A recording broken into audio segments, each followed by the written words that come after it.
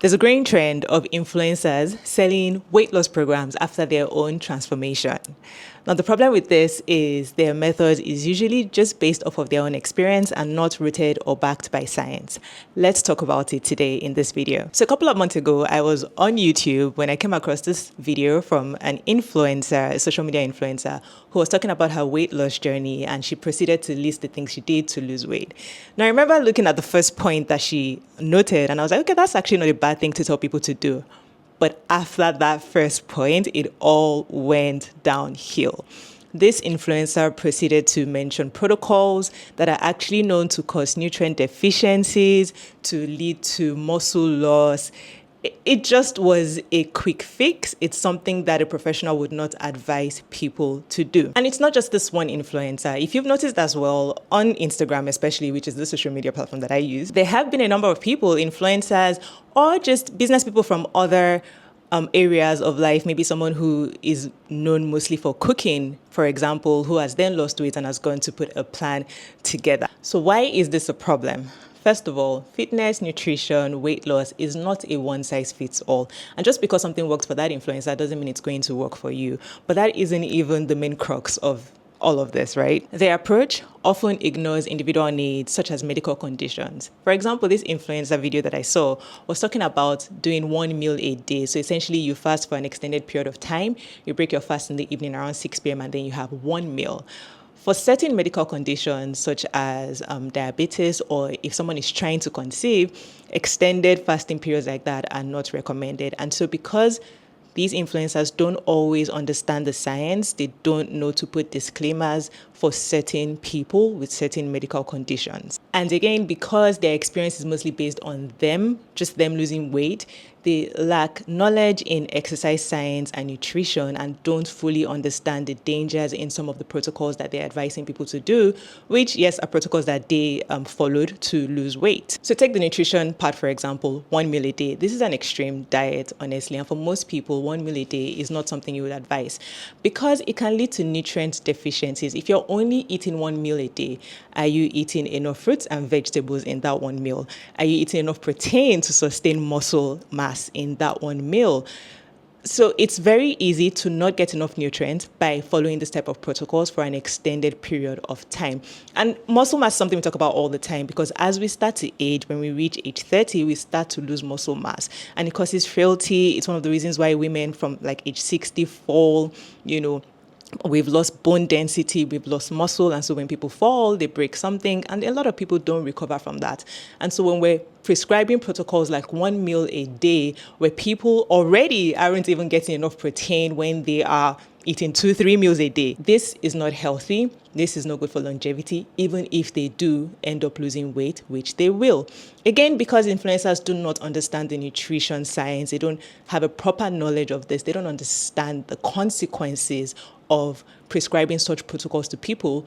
They're going simply with their own personal story and experience because it worked for them. Extreme diet protocols like one meal a day, eating really low calories can actually lead to disordered eating. So we oftentimes, and I've seen it many times in my profession, we see people who go on this binge restrict cycle because of the protocols that they have followed in the past. You don't just want to lose weight. You want to lose weight, but also have a healthy body. And so when we're advising people to do weight loss protocols that then endanger their health, what is the essence of that weight loss? Nutrient deficiencies can lead to low energy, poor recovery, hormonal imbalances.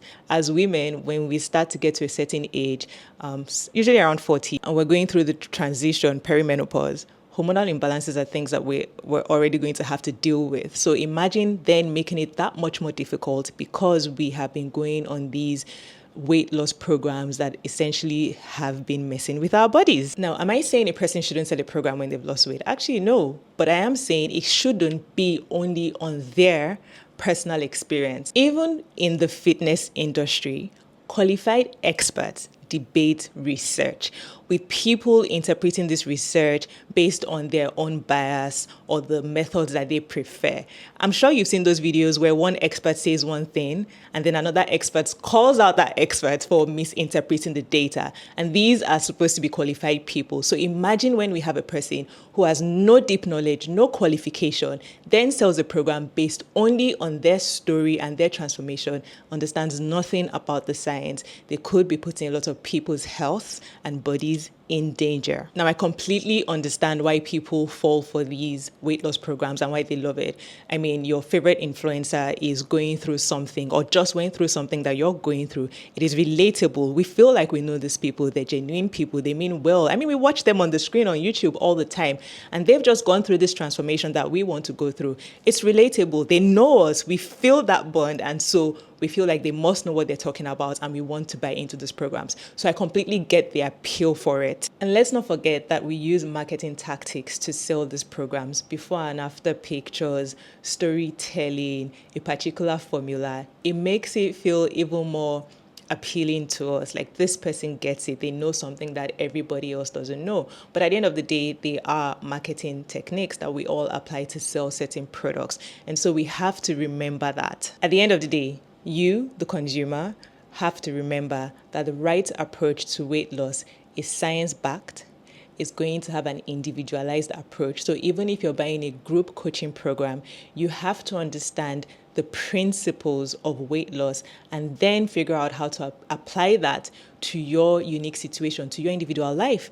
Because one person might have to wake up at 5 a.m., maybe they're taking care of 2 toddlers. You might have teenagers and maybe you're waking up at 7 a.m. and your life is just different. So you have to understand the principles and apply it to your situation. It is not going to be a generic one-size-fits-all influencer weight loss program. The right approach to fitness and weight loss is going to be one that teaches sustainable long-term methods.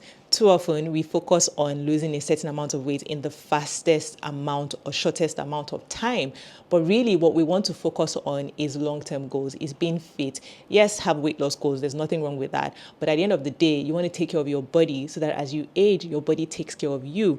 And that isn't going to be based on quick diets, crash diet. It's going to be based on habits, on mindset changes, right? On long-term sustainable approaches. The right approach to fat loss and fitness is one that is also going to be rooted in exercise. And it will talk about different types of exercises, from strength training, because again, we want to strengthen our bones. We want to retain muscle as we age so that we're not frail and this body can carry us through different decades of our lives. It's going to talk about cardiovascular exercises, which is going to be great for your heart health and your lungs. And it's also going to prescribe mobility exercises, which is going to help you just move with less pain and move freely through everyday life. And the right approach to fat loss and fitness is one that is going to talk about balance.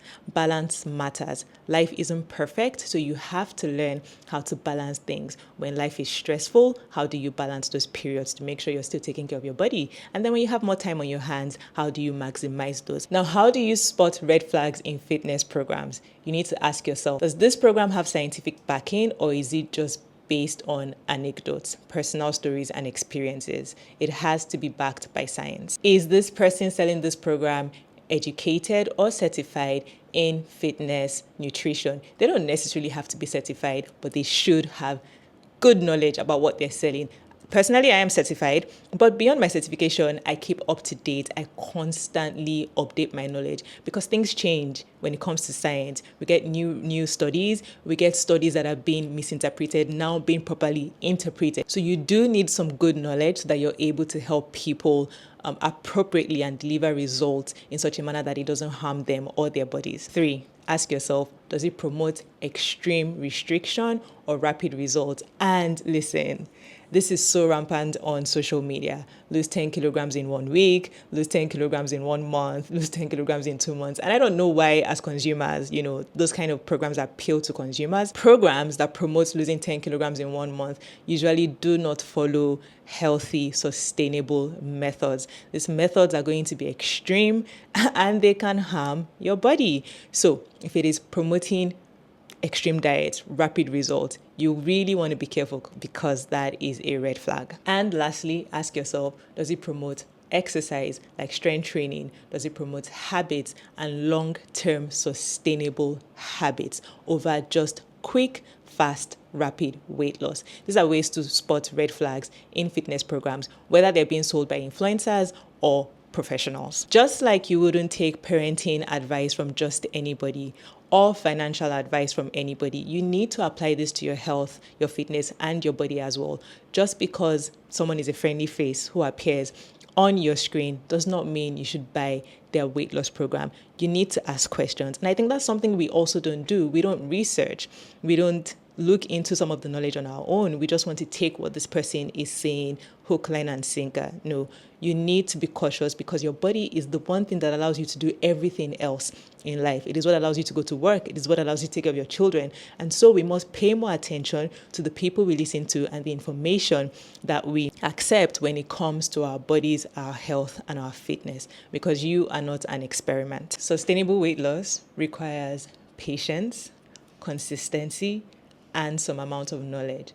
Don't fall for extreme diets, quick fixes, just because you are in a hurry to lose weight. Take your time. Your body deserves love, even in your search for weight loss. Your goals are valid, but do it the right way that doesn't harm your body. I would like to hear your thoughts on influencers who sell weight loss programs. Should they be allowed to do this? Should they be doing this at all? Do they need some kind of certification or knowledge? Let me know in the comments. That's it from me for today. I'll catch you in the next video.